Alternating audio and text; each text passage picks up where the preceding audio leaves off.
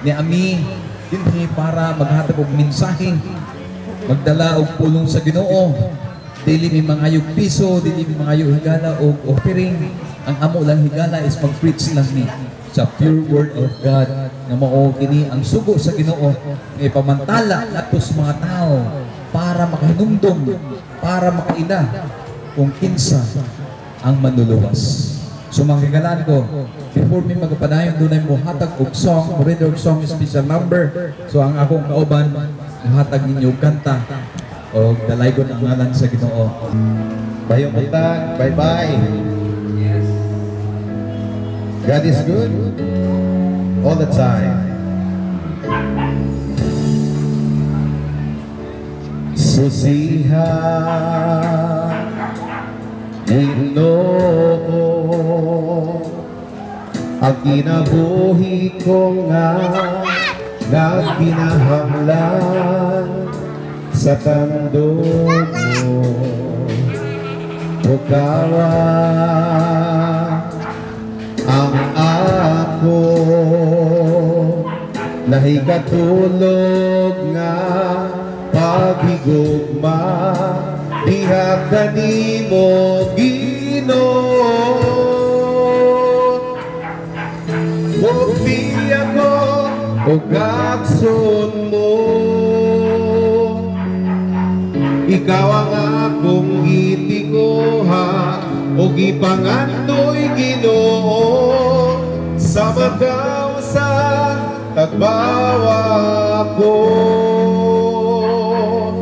Punon mo aniya ako Ginoo.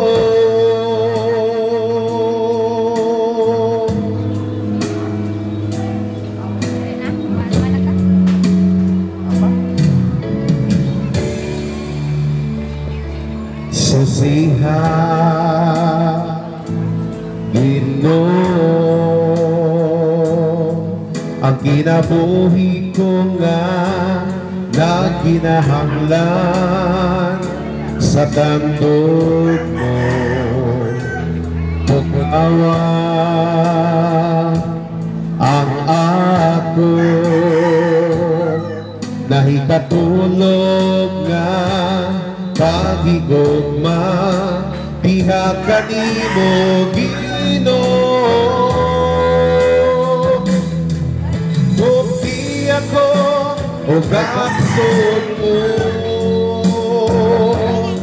ikaw ang akong gitinguha ug ipangandoy Ginoo sa makausa tagbawa ko. Punon mo aniya ako, bukti ako ug akson mo, ikaw ang akong gitinguha ug ipangandoy Ginoo sa magkausa tagbawa ko. Ang Dios nagaingon, gihigugma kaniya, nagpakamatay siya alang kanimo. Buot niya nga pasayloon gayon ang imong sala ug papason ang tanan nimong sala sadang ikaw mutuo nga si Jesus nagpakamatay alang ug tungod lamang kanimo. Kay kitang tanan nakasalaman, ang bayad sa atong sala mo ang kamatayon. Apan ang gasa sa Dios mao ang kinabuhing walay katapusan nga anaan lamang kang Kristo Jesus. Wala sa atong unsaman nga mga relihiyon, wala sa atong pagkabuutan o pagkamaayong mga tao, hinabangon, hinimbahon, wala diha, dili kana mo ang patukuranan sa kaluwasan sa tao. Kay diha lamang kang Kristo maluwas ang tao. Kaya ang bayad sa atong sala mo ang kamatayon. Mo nga kitang tanan mga matay na gayon. Musugot man kitang sadili, moabot ka nato kana nga kahigayunan o kana nga tunglo tungod sa atong sala. Pero sahay dili ta gusto mga pamalandong o di nato nahisgutan nga mga kabahin sa atong kinabuhi. Apan mao kana ang tinuod. Kay kitang tanan nakasala, nan kitang tanan mga matay gayon. Ug ang Ginoo mingon siya mga pulong diya sa Hebrehanon, sanglit ang tao o gilatid ng daan nga ang tao mamatay gayon. Humani ana mao ang paghukom. Ug ang usa nga mao si Lazaro, didto siya sa sabakan ni Abraham. Gadiin gilipay siya dito. Tungod ba kay dato, dito siya sa impyerno? Tungod kay pobre, dito siya sa langit? Dili. Tungod kay ang tao nga pobre, bisan sa iyang pagkapobre, wa kay siya magbuhat o magtinguha nga matagbo ang iyang mga pagkinahanglan pinagi sa pagkadautan. Nga naman, kay nasayod siya. Nagatuo siya nga ang Ginoo magatagbo ra gihapon siya magpakinahanglan. Nasayod siya ug nagatuo siya nga ang Dios ang kasaligan, ang pulong ug ang saad sa Dios. Mahimo man ta siyang mangawat. Mahimo man ta siya nga musakmit niyadtong pagkaon nga didto nagkumbira ang dato apan wa niya nahimuah nganuman tungod sa iyang kahadlok sa Dios. Kay naa siya pagtuo sa Dios.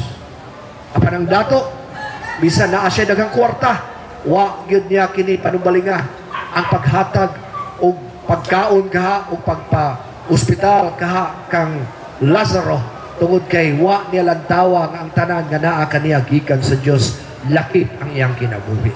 Busa pagkamatay nila diretso gayon, walay skala, no? Didto ang usa sa kasakitan ug ang usa didto sa bosom ni Abraham. Muna mga higala ko, ang tao gilatid na nga mamatay. Humani ana ang paghukom. Asa man ka ikaw, padulong higala. Apan ang Dios tungod siyang gugma, gihatag niya ang iyang bugtong ana. Ingon si Jesus, ako ang dalan, ang kamatuoran ug ang kinabuhi. Walay si bisan kinsa makadto sa man gawas pinaagi lamang kanako. Dili pinaagi sa relihiyon, kundi pinaagi sa pagtuo o pagsalig kang Kristo. Walay si bisan kinsa makadto sa langit gawas lamang sa pagtuo niya kang Kristo. Wala laing ngalan gihatag ubos sa kalibutan ang tao maluwas. Mga buhat 4:12. Wala laing ngalan ubos sa kalibutan. Wala laing dalan kundi si Kristo. Wala laing tigpatiliwala kundi si Kristo. Muna mga higala ko, mianhi gayon ang atong Ginoong Hesus. Aron siya makapadayag siyang gugma diha kanimo. Dawaton nimo siya, imo siyang saligan. Ingon ang Ginoo, sa tanan nga mo dawat kanako, dili malaglag kung dili makabaton sa kinabuhi nga walay katapusan. Ang kasayuran nga ang Ginoo nahigugma kanato, ang kasayuran nga kita makasasala, ang kasayuran nga si Jesus lang ang bugtong paagi sa kaluwasan. Kini kaalam lamang, kahibalo lamang. Apan, ang ikaupat nga punto, gusto na kong isaysay kaninyo, nga kinahanglan gayon nga ang tao mudawat kang Jesus. Ug diha lamang niya matagamtaman ang gugma o ang plano sa Ginoo alang sa iyang kinabuhi.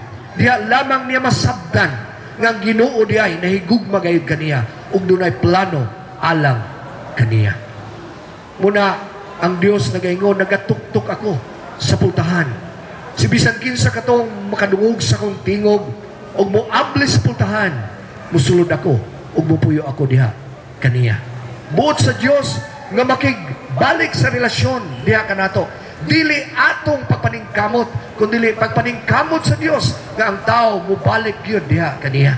Ningon dito sa 2 Korinto Kapitulo 5, ang Dios mismo ang mihimo o pakigdugtungay balik sa tao aron ang tao mubalik diha kaniya. Ngani ang pulong nagaingon, nangaliyupo kami kaninyo. Naa ang pagpangaliupo ngayon. Kaunta ang tao mubalik sa Dios. No? Muna naniining kabuntagon ang Dios nagatuktok sa tagsa-tagsa nato kamakasing-kasing. But siya nga mahimo natong Dios. But siya nga mahimo natong manuluwas kay way lain nga makaluwas ka nato kung dili ang pagtuo pagtuo o pagsalig lamang nato kang Kristo. Ang episode 2:8-9 nagaingon, kay na pinaagi sa grasya kita naluwas, pinaagi sa itong pagtuo. Kinigasa sa Diyos, dili pinaagi sa itong maayong mga buhat, aron sa bisan kinsa o walay sa bisan kinsa nga makapasigarbo. Muna nga ang atong kaluwasan, grasya lang yun. Walay ato nini. Iya kining kaimuan sa Dios nganong niya kami. Kaimuan sa Dios nganong gipabati niya hangtod karon ang iyang mga pulong. Tungod kay ang iyang mga pulong dili gayon. Dili gayon kini. Mahatagan gayon kini katumanan. Ingon siya, muani ug mubalik siya. Human makaandam siya ug lunaalang kanato dito sa kalangitan. Mubalik siya aron sa pagkuha kanato. Kay kung asa siya atua usab kita. Muna nga niining kabuntagon, gihatagan kay kita sa Ginoo o kay gayunan. Ang matag adlaw nga din makamata kita, nga naap kita kinabuhi, grasya kana nagihatag sa Dios kanato. Kay kung kita wala pa mahilambigit, balik sa Dios tungod sa atong sala. Mao kana ang higayon nga din ikaw muhimo sa imong desisyon nga mudawat ikaw kang Kristo. Musalig ikaw kang Kristo. Walay lain nga atong tangpanan, walay lain natong kasaligan aron kita maluwas. Ay atong kalagba ang pinakaminungdanon kayo. Ang abog mo balik, ang atong lawas nga gikan sa abog mo balik sa abog. Apan ang atong spirito mo balik gayon ngadto sa Dios. Gawas lamang kun ang tao mubiya ni kalibutan nga wala niya makaplagi sa Kristo sa kasing-kasing. Ngadto gayud siya sa kalaglagan sa iyang kalag. Kamingon ang pinadayag 20:15, si bisan kinsa nga mga ngalan ang wala makapalagi sa libro sa kinabuhi, gitambog dito sa linaw nga kalayo. Mga higala ko, kining impyerno tinuod kini. Ang langit tinuod kini. Kaya kung dili pa kini tinuod, wala kami karon. Kung dili pa kini tinuod, walay mga nahiunang mga magwawali nga hangtod karon ipadayag kini.